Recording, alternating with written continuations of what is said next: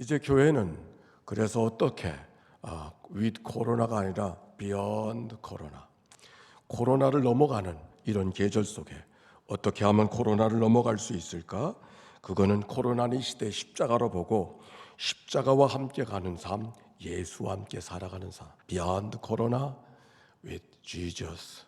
우리가 주님과 함께 걸어가는, 주님의 십자가를 지고 가는 그런 마음으로 이 길을 걸어가서 이 코로나를 이겨내는 그런 승리의 우리의 발걸음이 되시기를 바랍니다. 오늘 특별히 종교개혁주일이 옳습니다. 1517년 마틴 루터 신부가 위텐비르크 성당 백박관문에 교회에 던지는 95가지의 질문을 붙임으로 시작된 종교개혁입니다. 하나님의 구원이 제사장된 성전의 사제들의 축복을 통해서 이루어질 수 있다고 가르치던 교회에 구원은 사제들을 통한 것이 아니라 예수를 구원자 그리스도로 믿는 모든 자들에게 하나님의 선물로 주어지는 것이 구원인 것을 주장한 것이 루터의 가르침이었습니다. 사실 당시에 교황의 교회의 가르침에 저항한다는 것은 죽음을 무릅쓰는 일이었지만 루터는 멈추지 않았습니다. 오히려 사제들만 읽혀지도록 라틴어 성경으로 보호하던 그 성경이 독일말로 누구나 읽을 수 있는 성경으로 번역하게 되어지는 일을 루터가 시작을 합니다. 그런데 참 묘한 것은 바로 그때 구텐베르크의 금속 활자가 등장돼서 오늘 이 시대에 SNS가 등장하는 것처럼 금속 활자가 등장이 돼서 마틴 루터의 이야기 독일의 한 마을의 파문으로 끝나지 않고 온 유럽의 삽시간에 퍼져나가는 놀라운 일이 만들어져서 루터의 말씀이, 루터의 가르침이 거스를 수 없는 하나님의 역사로 바꿔간 일입니다. 참 하나님의 신비가, 하나님의 역사가 신비한 거죠. 오늘 그 종교개혁주를 맞이해서 하나님은 오늘 우리에게 무엇을 말씀하시는가 듣고 새롭게 고백하고 다짐하며 11월을 맞이하는 오늘이 되었으면 좋겠습니다. 자, 오늘 성경으로 가보겠습니다. 지난 주간 읽었던 성경은 어디예요? 나훔서, 하바국서, 스바냐서 3장 모두 남유다 왕국이 이제 마지막 왕국으로 있었을 때 활동하던 선지자들의 말씀이 옳습니다. 오늘 만나는 하바국에 있는 말씀은 그 유대 왕 여호야김 제일 마지막에서 두 번째로 이제 곧 나라가 끝나게 될 바로 그때 여호야김 시대인데 그때 활동하던 사람이 요시야였습니다. 사실 당시 유대는 매우 암울한 시대를 보내고 있었습니다. 선왕이었던 요시야, 사람들에게 사랑과 존경을 받던 요시야는 성전 수리하다가 성경 두루마기를 발견하고 온 백성들과 함께 하나님의 말씀 앞에 다시 서야 된다고 회개하면서 온 나라를 새롭게 하던 왕이 요시야 왕이었었습니다. 근데 그 요시야 왕이 전장터에 나갔다가 무기또에서 갑자기 세상을 떠나는 거예요. 그러니 백성들의 마음이 어떤 마음이겠어요? 뿐만 아니라 이어 왕이 되어졌던 사람이 여아스라는 사람이 아들이 왕이 되어졌는데 그들을 점령하고 있었던 애굽 사람들이 자기 마음에 안 든다고 그 왕을 3개월 만에 폐위를 시키고 또 다른 왕 여야김을 왕으로 세우는 거예요. 예레미야서 26장에 보니까 여호야김은 두루마리 말씀을 신하더니 만류에도 불구하고 칼로 베어버리고 불에 던져 태워버리던 이런 못된 왕이 여호야김. 요시야를 통해서 하나님 앞에 다시 돌아서게 하려고 열심히 노력을 했는데 여호야김이 거기 잿밥을 뿌리는, 오히려 그 모든 걸 뒤집어 엎는 일을, 그게 여호야김입니다. 결국 바빌론의 느부갓네살 왕에 의해서 쇠사슬의 결박으로 포로로 잡혀가 버리고 또 다른 호수아비 왕이 세워지고 있던 바로 그 시대, 이런 일들이 눈앞에서 경험되고 있던 하바국 어떤 마음이겠어요? 하나님의 뜻대로 나라를 세워보겠다고 하는 왕은 전쟁터에서 갑자기 죽어버리고 못된 왕이 나타나서 세상을 다 뒤집어 엎을 생각으로 살아가고 있으니 더욱 이제는 나라까지 망할 지경이 되어졌으니 기가 막힌 세상 아닌가요? 이렇게 하나님을 섬기는 백성들, 그 나라가 망해버리면 하나님의 모습이 어떻게 되는 겁니까? 세상 사람들이 하나님을 뭐라고 그렇겠습니까? 견딜 수 없는 안타까움이 하바국의 마음이었어요. 그래서 하박국을 펴면 이런 말로 시작하여 어찌하여 나로 불의를 보게 하십니까? 어찌하여 악을 그대로 보기만 하고 계십니까? 하나님 어찌하여 안타까운 하박국의 마음을 표현하는 말씀이지. 오늘 바로 하박국의 말씀, 우리가 읽은 하박국의 이야기는 바로 그 시대 속에 하나님의 하박국을 통하여 들려준 말씀이 우리가 읽어간 말씀입니다. 그렇게 기도하던 하박국에게 하나님이 응답하셨어요. 하박국 2장 3절과 4절에 있는 말씀인데 같이 한번 펴고 읽어봅시다. 시작. 이 묵시는 정한 때가 있나니 그 종말이 속히 이르겠고 결국 거짓되지 아니하리라. 비록 더딜지라도 기다리다 지체되지 않고 반드시 응하리라. 보라, 그의 마음은 교만하며 그 속에서 정직하지 못하나 의인은 그의 믿음으로 말미암아 살리라. 그의 믿음으로 말미암아 의인이 살리라. 하박국이 하시는 말씀이 다른 것이 아닙니다. 세상이 다 무너지는 것 같아도 낙심하지 말아라. 이를 하나님이 이 땅에 교만한 자들을 다루려고 하시는 하나님의 통치가 이루어지는 과정이니 이 하나님의 역사를 묵묵히 바라보고 기다려라. 비록 그때가 네가 생각하는 시간에 다가오지 아니하고 내가 원하는 방법대로 이루어지지 않는다 할지라도 참고 기다리라고, 믿음을 갖고 기다리라고. 의인은 믿음으로 말미암아 살리라. 이해할 수 없고 용납할 수 없는 일이 있다 할지라도 하나님이 하나님의 일을 하신다는 사실을 기억하고, 아니 하나님이 그 백성들을 버리지 않는다는 사실을 기억하고 하나님께 믿음을 갖고 기다리라. 오늘 말씀이에요. 사실 오늘의 말씀은 하박국의 가슴만 두드린 말씀이 아닙니다. 이 말씀이 바울의 말씀을 가슴을 두드렸고, 이 말씀이 바로 종교개혁자 마틴 루터의 가슴을 두드린 말씀이었습니다. 마틴 루터는 신실한 사람이었습니다. 그는 신부가 되기 전에 이미 수도자의 삶을 살고 있었습니다. 하나님 앞에 어떻게 하든지 거룩하게 진실되게 살아보려고 노력하며 살았던 수도자의 삶. 그런데 그의 삶의 고백을 보니 그의 수도자의 삶을 살려고 했던 그의 수도원의 삶이 오히려 그를 영적으로 더 절망감을 갖게 하였다고 합니다. 그 절망감은 그가 사제가 되어지고 사제가 수행해야 될 여러 순례의 여정들을 겪으면서 그 절망감은 더 심해졌다고 합니다. 그가 이렇게 고백합니다. 나는 하나님 앞에 거룩해지려고 하면 할수록 내 양심은 더 괴로움을 갖게 됐습니다. 내가 하나님 앞에 거룩해지려고 하면 할수록 나는 더 무거운 짐에 짓눌려 삽니다. 그러던 어느 날 그가 복음에 대한 새로운 통찰을 하게 되어졌는데, 그래서 이 새로운 통찰의 경험을 위텐베르크 기도탑의 경험이라고, 우리들의 말로 말하면 기도실 경험이라고 하는 마틴 루터의 간증이 있습니다. 그때 그에게 들려졌던 그 마음을 두드렸던 말씀이 어떤 말씀인가? 로마서 1장 17절의 말씀. 시작. 복음에는 하나님의 의가 나타나서 믿음으로 믿음에 이르게 하나니 기록된 바 의인은 믿음으로 말미암아 살리라 함과 같으니. 복음에는 하나님의 의가 나타나서 믿음으로 믿음에 이르게 하나니 기록된 바 의인은 믿음으로 말미암아 살리라 함과 같으니. 이 말씀에 루터가 새로운 깨달음, 특별히 하나님의 의에 대한 새로운 깨달음이 있었습니다. 하나님의 의에 대해서 어떻게 하든지 합당한 삶을 살아보려고 내가 오늘 무엇을 해야 될까, 어떤 수고를 해야 될까, 얼만큼 겸손해져야 될까를 갖고 씨름하던 마틴 루터가 그게 다 부질없는 일인 것을 알게 되었어요. 오히려 그 말씀, 의인은 믿음으로 말미암아 살리라. 하나님의 의는 우리가 수고함으로 얻어지는 것이 아니라 하나님의 선물로, 누구에게? 하나님의 의를 받아들이는 믿음을 가진 자들에게 주어지는 선물인 것을 깨닫게 되었습니다.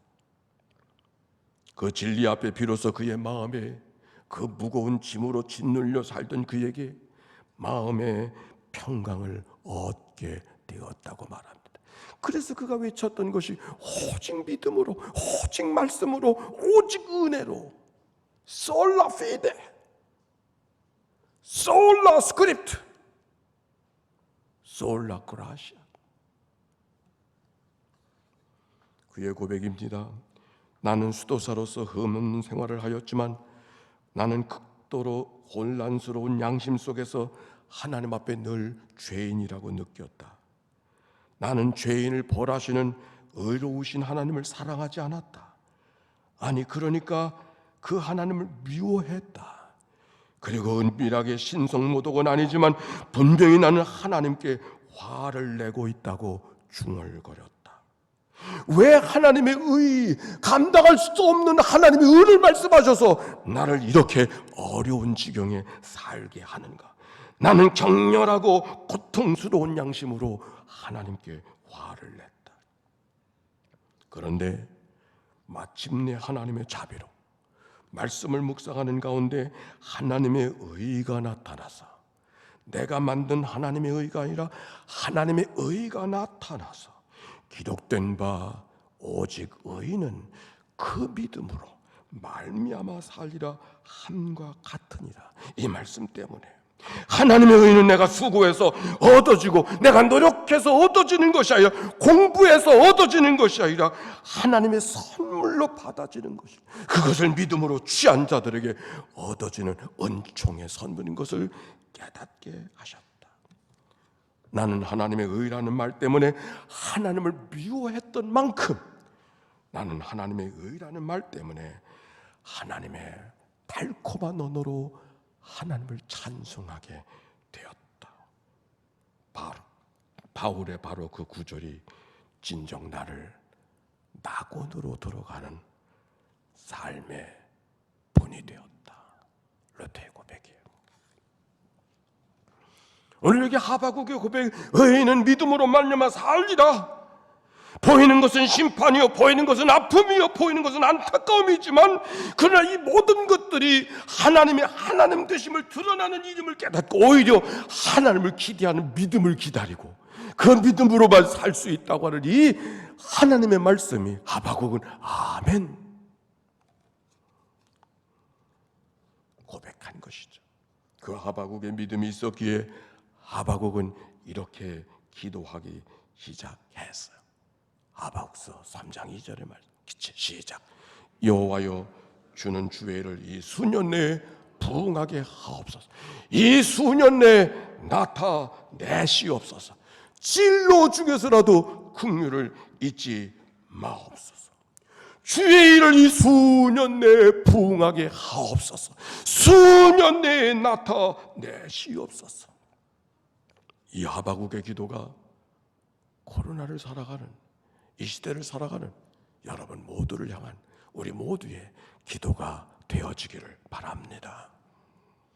기도가 되어지기를 바랍니다. 여기 하바국의 꿈꾸던 부흥이 뭘까? 부흥이라고 하는 말, 하야라고 하는 말을 쓰는데, 이 하야라는 말은 영어로 revive, 살게 하다, 회생시킨다, 그런 말입니다. 부흥이라는 말의 사전적 의미도 쇠하였던 것을 다시 이렇게 일어나게 한다, 또한 다시 일어나게 한다. 즉 부흥이란 다시 일어나는 겁니다. 침체되었던 것이 다시 일어나는 거예요. 새롭게 살아나는 거예요. 새롭게 회복되는 게 그게 부흥의 역사. 그러므로 부흥하게 하옵소서라고 하는 말씀 속에는 나를 살리시옵소서, 나를 일으키시옵소서, 나를 새롭게 회복하시옵소서. 주님의 일이 다른 것이 아닙니다. 나를 새롭게 회복하시는 거예요. 이전에 멀어졌던 봉사의 자리로 나를 다시 붙들어 회복시켜 주시는 일, 내가 앉았던 하나님을 향하여 섬겨지던 자리에서 나를 회복시켜 주는 일들, 이게 바로 나를 부흥시키는, 하나님이 내게 기대하시는 주의 일인 것을 오늘 성경이 말씀하고 있는 것이죠. 그동안 코로나로 인하여 우리는 영적으로 침체된 여정을 지나고 있지는 않은가요? 오늘 하바국의 기도가 우리의 기도가 되어져서 주의 일이 부응하게 하옵소서, 새롭게 회복하게 하여 주시옵소서, 그 주의 일이 다시 일어나게 하시옵소서, 이 기도를 향하여 주님 앞에 예배할 수 있는 오늘, 그리고 새로운 계절이 되기를 바랍니다. 하바국 2장 14절에 보니까 이 말씀을 이렇게 표현하고 있어요. 다 같이 시작. 이는 물이 바다를 덮음같이 여호와의 영광을 인정하는 것이 세상에 가득함이니라. 이는 물이 바다를 덮음같이, 바다를 물로 덮음같이 여호와의 영광을 인정하는 것이 세상에 가득함이니라. 이 세상에는, 그들이 보고 있는 세상은 나라가 무너지고 성전이 무시를 당하고 사람들이 포로로 끌려가고, 하나님이 살아계시다면 어떻게 이런 일이 있을 수 있느냐고 보여지는 건 그뿐이지만, 그 속에 하나님의 영광을 인정하는 것이 가득한 세상, 물이 바다를 덮음같이 우리를 돌보신다는 하나님의 약속이 도대체 어떻게 되는 것인가 낙심하고 좌절할 수밖에 없는 그들이 오히려 하나님을 기다리면서, 오히려 이 모든 일들을 통해서 물이 바다를 덮음같이 여호와의 영광을 온 세상이 보게 하시려고 하는 하나님의 위대한 역사가 오늘도 이루어지고 있다고 하는, 마치 코로나를 통해서 하나님의 교회를 다시 훈련시키고 코로나를 통해서 우리의 삶을 다시 한번 회복시켜 주시는 그 역사를 우리가 경험하고 있듯이, 하박국서 3장 읽어보세요. 여기서 계속 반복되는 말이 무슨 말인지 아세요? 주께서 주께서 주께서 주께서, 그것이 연병이요, 그것이 고난이요, 그것이 침략이요, 그것이 칼이요, 창으로 장자가 뒤틀리는 것 같은 아픔이 있지만 주께서 주께서 주께서, 주님이 하신 일이라는 거예요. 어쩌다 생긴 일이 아니라 주께서 하신 일이라. 그게 하박국의 고백이. 주께서 주께서 주께서 여호와의 영광을 인정하는 이 믿음의 고백, 그런 고백을 가졌을 때 비로소 그가 이렇게 말하고 있어요. 하박국서 3장 17절 그 위대한 말씀 시작. 비록 무화과 나무가 무성하지 못하며 포도나무에 열매가 없으며 감람나무에 소출이 없으며 밭에 먹을 것이 없으며 우리의 양이 없으며 외양간에 소가 없을지라도 나는 여호와로 말미암아 즐거하며 나의 구원의 하나님으로 말미암아 즐거워. 무화과를 심었는데 열매가 없고 포도나무를 심었는데 열매가 없어요. 우리의 양이 없어요. 외양간에 소가 없어요. 교회에 성도들이 없어요.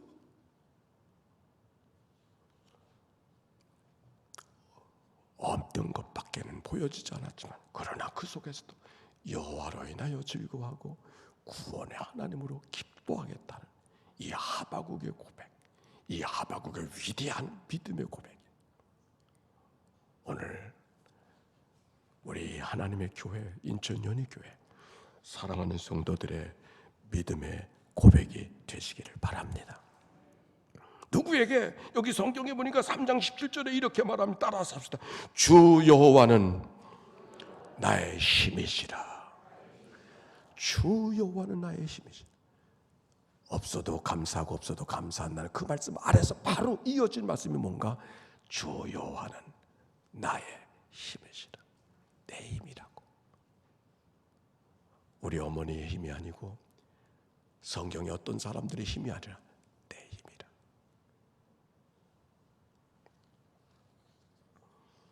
그런데 오늘 성경 주의 일을 부응하게 하옵소서 기도하던 하박국에 또 다른 기도의 말이 있는 것을 발견할 수 있었습니다. 그게 뭔가 3장 2절에 이런 말씀이 있었잖아요. 여호와여 주는 주의 일을 이 수년 내에 부응하게 하옵소서. 이 수년 내에 나타내시옵소서. 그리고 하시는 말씀이 진로 중에라도 긍휼을 잊지 마옵소서. 진로 중에라도 긍휼을 잊지 마옵소서. 긍휼이라고 하는 말, 라햄이라고 하는 이 말, 그가 기도, 하나님의 은총을 구하는 기도, 내가 잘못해서 하나님의 채찍을 맞는 거 당연합니다. 그러나 그 가운데서도 자비를 베풀어 주셔서 하나님 긍휼을 베풀어 주시옵소서. 내 허물과 죄 인정합니다. 하나님 앞에 채찍을 맞아 당연합니다. 그러나 그 속에서도 하나님 긍휼을 베풀어 주셔서 하나님의 자비를 구하는, 은총을 구하는 이 하박국의 기도, 부흥을 꿈꾸고 기도하는 이들이 우리가 하나님 앞에 어떻게 기도해야 될 것인가를 이야기하고 있는 거죠. 내가 이만큼 노력했기 때문에, 이만큼 수고했기 때문에, 이만큼 공로가 있기 때문에 하나님 그러셔야 됩니다. 그 말 아니요. 내가 잘못한 거 많습니다. 아니, 부끄러운 일뿐입니다. 그러나 긍휼을 베풀어 주옵소서. 1907년 한국교회 대부흥의 역사를 우리가 기억하고 있습니다. 저는 1907년 대부흥의 역사를 생각할 때만 하더라도 이 민족의 역사 가장 고통스러운 시간을 보내고 있었을 때, 그때를 연상하면 이 연희동에 살던 우리 믿음의 선조들은 어떻게 살았을까를 생각합니다. 모든 개화기의 사건은 신미양요, 병인양요, 강화도 사건 다 요 앞바다에서 일어난 사건인데, 그 바다에서 올려지는 그 낯선 함선들에서 벌어지는 그 대포 소리에 이 주민들, 우리 선조들은 어떻게 살았을까?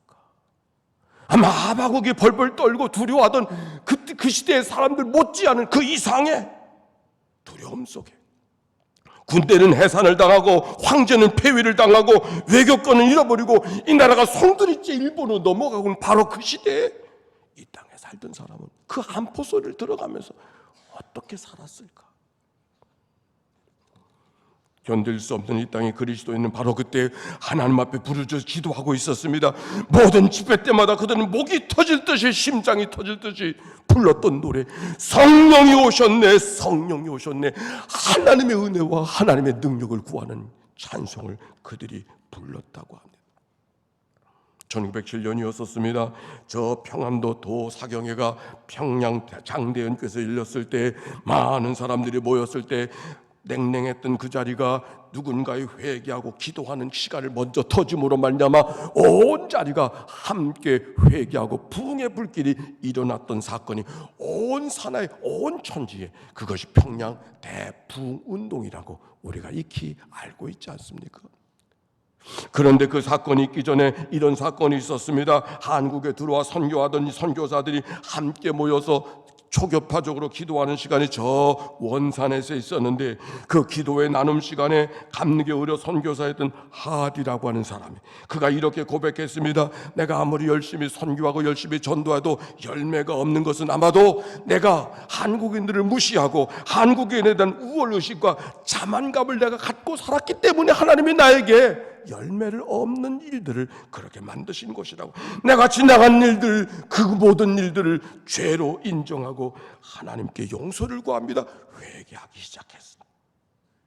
당신은 조선을 무시해도 아무도 대꾸할 수 없었던, 아니 대꾸하려고 하지도 않던 그 시대에 그가 자기가 조선 사람들을 무시하고 살았던 것, 우월감을 갖고 살았던 것을 하나님 앞에 통회하고 자박하게 되었습니다.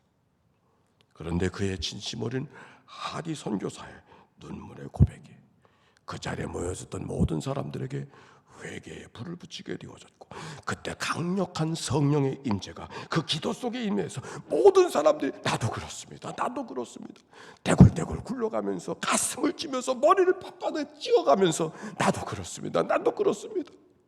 그래서 모든 집회가 눈물바다가 되어지고, 바로 그 뜨거웠던 원산의 집회가 평양 대부흥의 역사에 빗걸음이 된 것이라고 하는 역사의 증언입니다.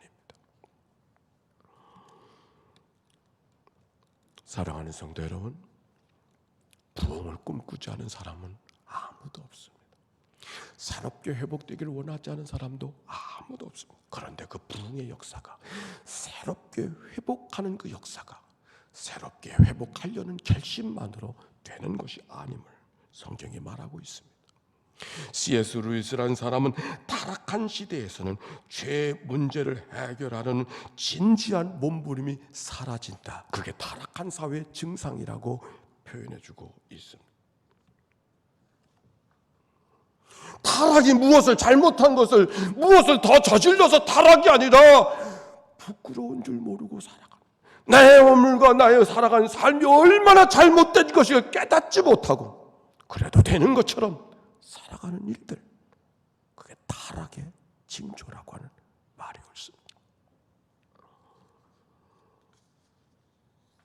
이제 우리는 코로나를 넘어가려는 우리의 마음속에, 넘어가려고 해서 넘어가는 것이 아니라 무너진 황폐한 세상을 바라보며 무너진 교회의 여러 가지 일들을 생각하며 내 안에 무너진 자리가 어느 자리인지를 다시 발견하고 지나온 시간 나의 부끄러웠던 일들을 주님 앞에 기억하며 하나님, 나를 새롭게 회복시켜 주옵소서.